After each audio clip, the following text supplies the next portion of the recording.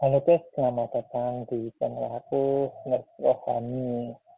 Nah, kali ini agak sedikit berbeda lagi ya guys.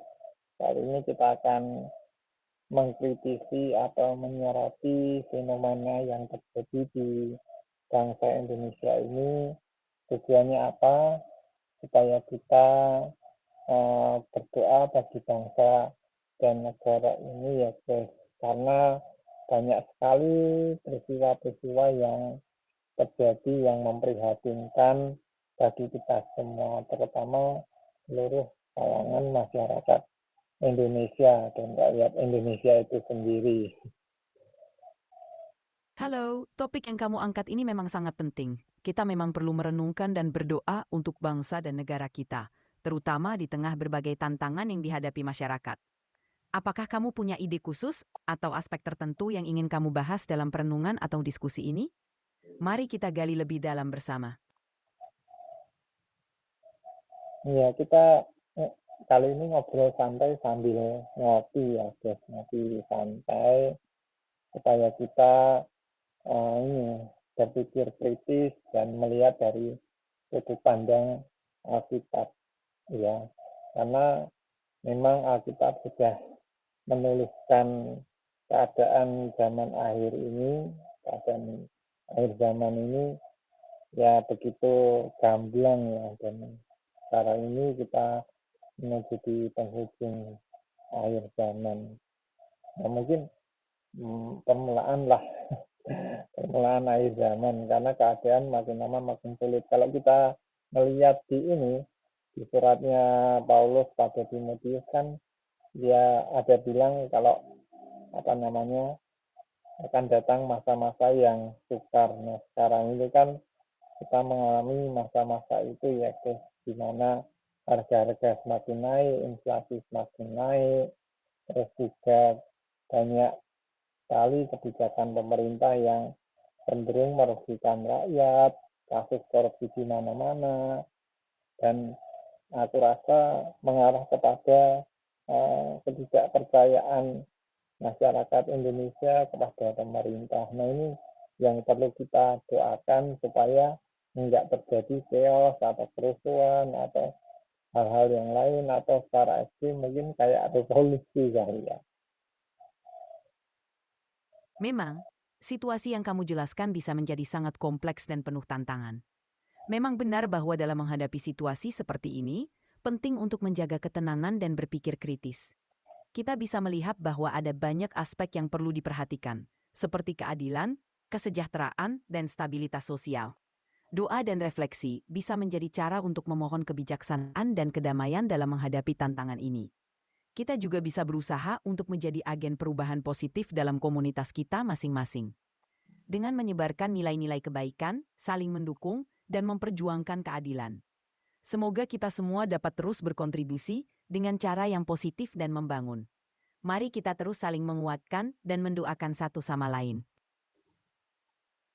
Dan juga kita perlu hati-hati dalam meresponi atau menyikapi informasi yang beredar di media sosial ya. Salah-salah kita malah ikut terprovokasi dengan konten-konten yang sekiranya bagus tapi itu memprovokasi secara negatif ya guys. Karena itu bentuknya halus sekali dan seakan-akan itu masuk akal banget dengan peristiwa-peristiwa yang terjadi saat ini. Makanya kita tetap terus berpegang pada firman Tuhan dan terus berdoa, dan juga usaha kita dalam kehidupan sehari-hari supaya kita bisa menjadi berkat dan terang bagi bangsa ini, walaupun kita sendiri sebagai minoritas sering menghadapi tekanan-tekanan dari pihak-pihak atau kalangan-kalangan tertentu, tapi justru itulah tantangan bagi orang percaya ini ya guys. Karena itu pun Tuhan Yesus sudah menuliskan atau berkata dan berfirman dalam Injil Yohanes ya guys. Jadi kita harus waspada, dan juga beberapa bagian Alkitab lain Tuhan Yesus sendiri sudah menegaskan bagaimana keadaan sekarang ini, ekonomi makin sulit, hidup yang lebih sulit, ya, dan juga banyak hal yang sangat menekan dan apa ya, seperti kayak ah, susah tuh ngomongnya. Betul sekali. Kita memang harus berhati-hati dalam menyikapi informasi yang beredar di media sosial.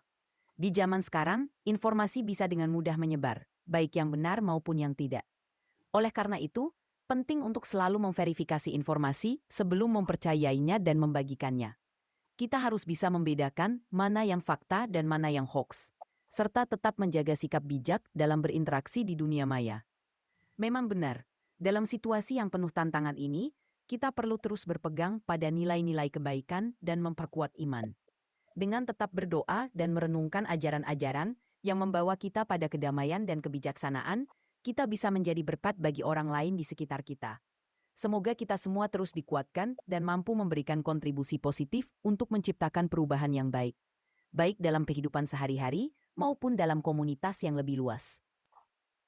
Ya kalau kita sedikit menengok ke belakang, belajar dari sejarah, banyak sekali kerusuhan-kerusuhan, terutama yang masih aku ingat itu waktu krisis moneter tahun 98 yang berujung di kerusuhan Mei tahun 98, di mana di situ banyak korban ya, yang nggak ada hubungannya sama sekali, dan juga beberapa aktivis yang menyuarakan keadilan, kemudian ditangkap, tapi tidak ada kejelasan hukum yang menangani mereka atau menunjukkan seolah-olah pemerintah itu otoriter ya.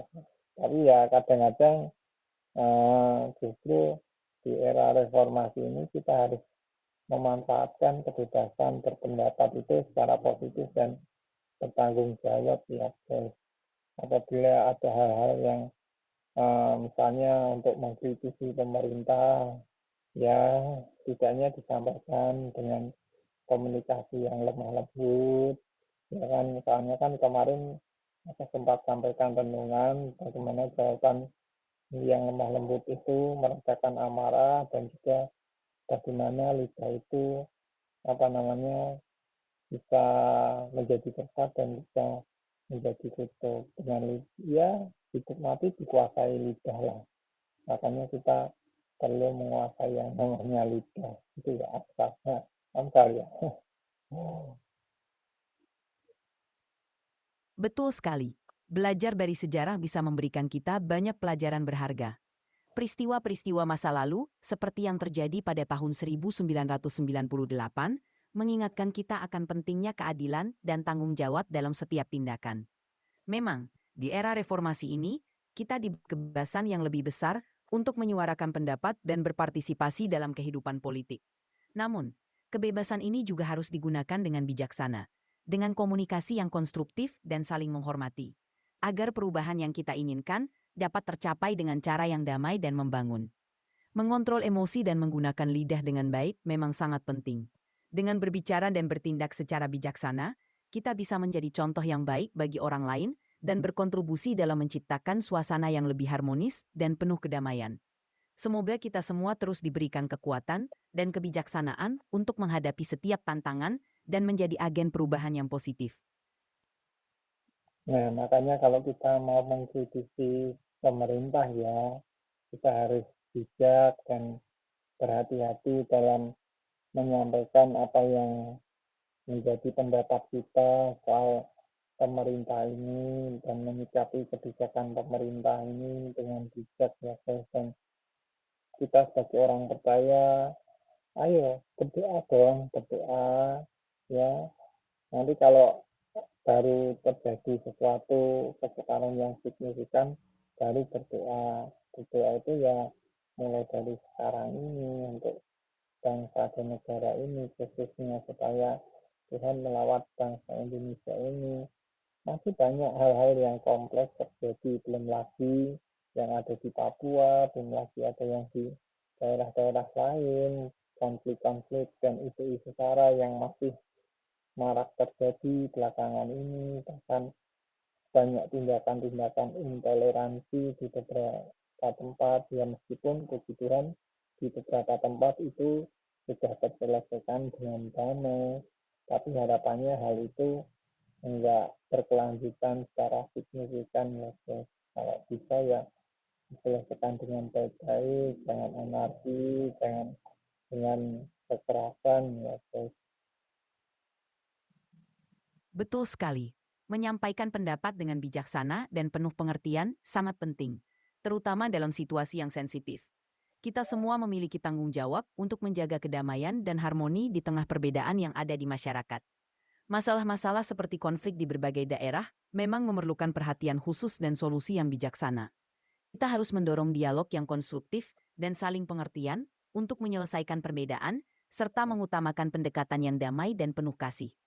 Kita semua dapat berperan dalam menciptakan lingkungan yang lebih inklusif dan harmonis, dengan menunjukkan sikap saling menghormati dan mengedepankan dialog.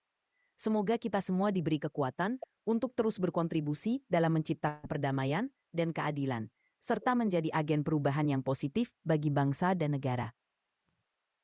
Ya, makanya aku sebagai konten kreator sebijak mungkin dan sebisa mungkin membuat konten yang positif dan bertanggung jawab, serta tidak menimbulkan kekisruhan atau konflik-konflik yang seharusnya nggak perlu terjadi.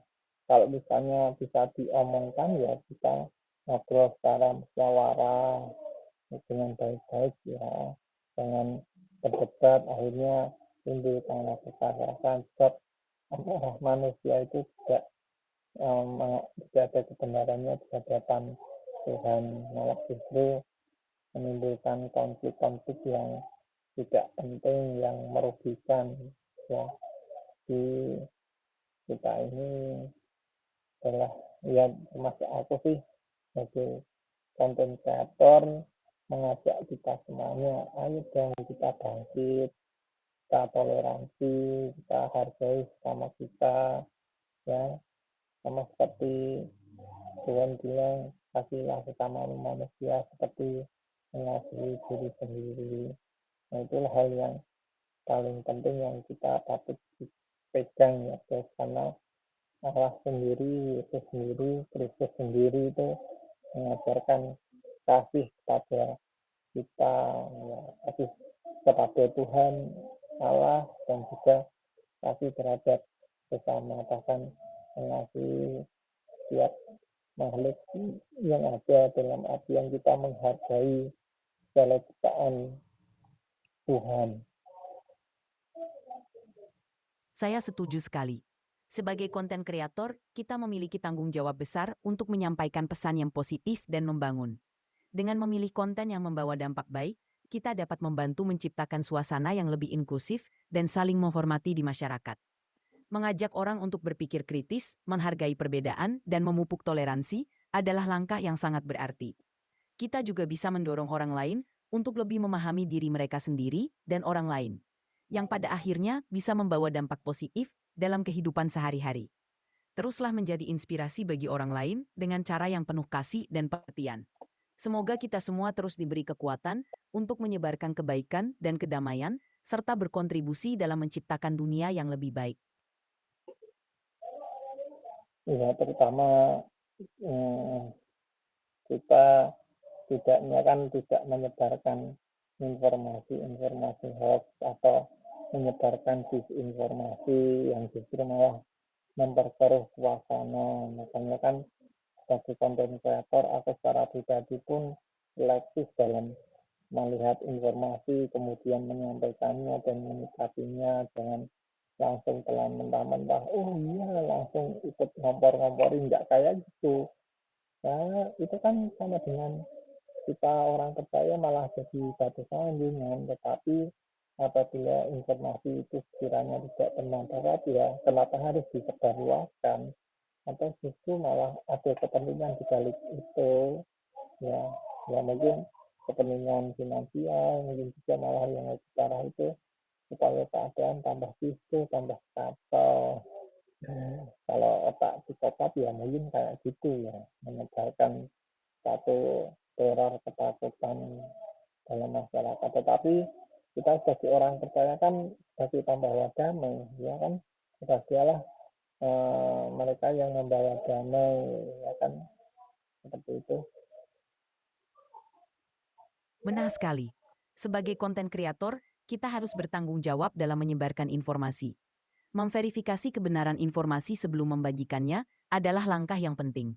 Dengan begitu, kita bisa menghindari penyebaran informasi yang salah atau hoax yang bisa menyebabkan ketegangan atau kesalahpahaman di masyarakat. Penting untuk selalu berpikir kritis dan tidak langsung percaya pada setiap informasi yang kita terima. Dengan cara ini, kita dapat mengurangi penyebaran disinformasi dan membantu menjaga kedamaian serta harmoni di sekitar kita. Dengan memilih untuk menyebarkan konten yang positif dan membangun, kita dapat menjadi teladan yang baik bagi orang lain dan berkontribusi dalam menciptakan lingkungan yang lebih baik. Teruslah menjadi sumber inspirasi dan cahaya bagi orang lain.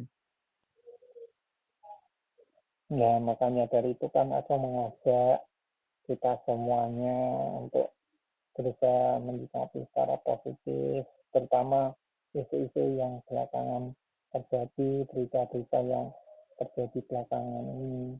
Dan memang kita harus memaklumi itu semua sudah dinubuatkan di dalam Alkitab, sudah sejak lama ya guys, tentang keadaan di akhir zaman ini, terutama secara globalnya banyak sekali perang, kelaparan, kemudian banyak sekali daerah-daerah yang mengalami kekeringan, sakit penyakit, ya. Tetapi memang eh, apa namanya, Injil kerajaan atau Injil Kristus itu harus dibedakan sampai di ujung bumi, baru itu mulailah kesudahan segala sesuatunya. Karena itulah tanda-tanda akhir zaman, dan kita bisa mendapat warning dari Tuhan Yesus sendiri tentang perumpamaan pohon hara. Jika ranting-ranting mulai melembut, itu mulai tanda tanda akhir zaman. Dan juga memang inilah tanda-tanda permulaan akhir zaman itu sudah mau dimulai. Memang, banyak hal yang terjadi di dunia ini yang sesuai dengan apa yang telah diajarkan dalam Alkitab tentang tanda-tanda akhir zaman. Kita memang hidup di dunia yang penuh dengan tantangan dan perubahan. Namun, sebagai individu, kita memiliki kekuatan untuk membuat perbedaan melalui tindakan dan sikap kita sehari-hari. Penting untuk selalu mengedepankan kasih, pengertian, dan ketenangan dalam menghadapi segala situasi. Kita bisa menjadi agen perubahan yang membawa dampak positif dengan menunjukkan nilai-nilai kebaikan dan saling menghormati. Semoga kita semua terus diberikan kekuatan dan kebijaksanaan untuk menjalani setiap hari dengan penuh kasih dan harapan, serta menjadi terang di tengah dunia yang penuh tantangan ini.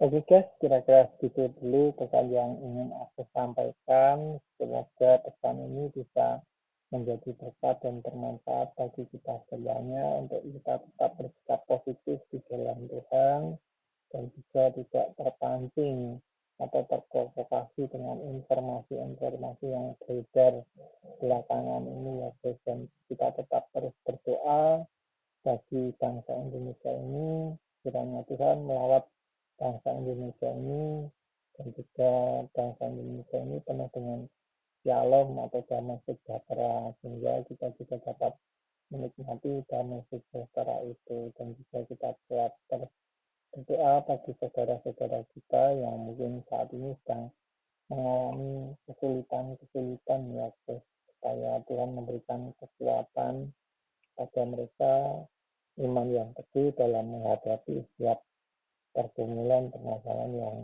mereka hadapi, termasuk diri kita juga ya guys. Makanya kita harus tetap waspada, waspada dan waspada. Sadarlah dan berjaga-jagalah, berdirilah teguh sebagai seorang laki-laki, mengenalkan perlengkapan senjata Allah ya guys, supaya kita tidak istilahnya apa ya, letoy gitu mungkin, nggak lemah gitu, tapi tetap kuat di dalam Tuhan, dan be strong in the Lord. Saya setuju. Semoga pesan ini bisa menjadi pengingat dan motivasi bagi kita semua untuk terus menyebarkan hal-hal positif. Di tengah tantangan dan perubahan yang kita hadapi, penting untuk terus menjaga semangat dan keteguhan hati. Kita semua bisa berperan dalam menciptakan perubahan yang baik di lingkungan kita. Dengan terus memperkuat iman dan saling mendukung, kita dapat menghadapi setiap tantangan dengan penuh harapan. Mari kita terus menjadi terang dan berkat bagi orang lain, menunjukkan kasih dan ketulusan dalam setiap tindakan kita. Semoga kita semua terus dikuatkan dan diberi keberanian untuk menjalani hidup dengan penuh integritas dan iman. Oke ya, kira-kira gitu dulu video aku. Kalau dirasa video ini bermanfaat dan menjadi berkat, boleh untuk subscribe dan share. Ya, kalau kalian suka, dislike aja kalau kalian nggak suka. Dan terima kasih kepada para donatur yang mendukung pelayanan channel ini, sehingga channel ini terus menjadi berkat melalui pesan-pesan renungan yang menguatkan kita, mengingatkan kita, dan juga mengajak kita untuk senantiasa hidup berkenan di hadapan Tuhan Yesus. Dan juga kita tetap berpikir kritis di dalam Tuhan, menyikapi peristiwa-peristiwa yang terjadi belakangan ini, dan kemungkinan-kemungkinan yang akan terjadi nanti ke depannya. Dan juga kayak nanti-nantiannya untuk perkumpulan membeli peralatan konten serta membuat video sehingga aku bisa bikin konten serta podcast obrolan rohani yang positif dan edukatif yang mengajak kita semua untuk hidup berkenan di hadapan Tuhan dan menjadi berkat bagi sesama kita. Oke, dan juga mengucapkan terima kasih ya, hampir 90 subscriber, sudah 83 subscriber. Kira-kira gitu dulu ya wes ya. Matur nuwun, terima kasih, matur thank you. Gusti Yesus memberkahi nggih. Terima kasih atas kata-kata bijakmu. Semoga pesan ini dapat memberikan inspirasi dan kekuatan bagi kita semua. Jangan lupa untuk selalu menyebarkan kebaikan dan menjadi berkat bagi orang lain. Semoga kita semua terus diberi kekuatan untuk menjalani kehidupan dengan penuh kasih dan pengertian. Terima kasih sudah berbagi dan semoga hari-harimu penuh dengan berkat.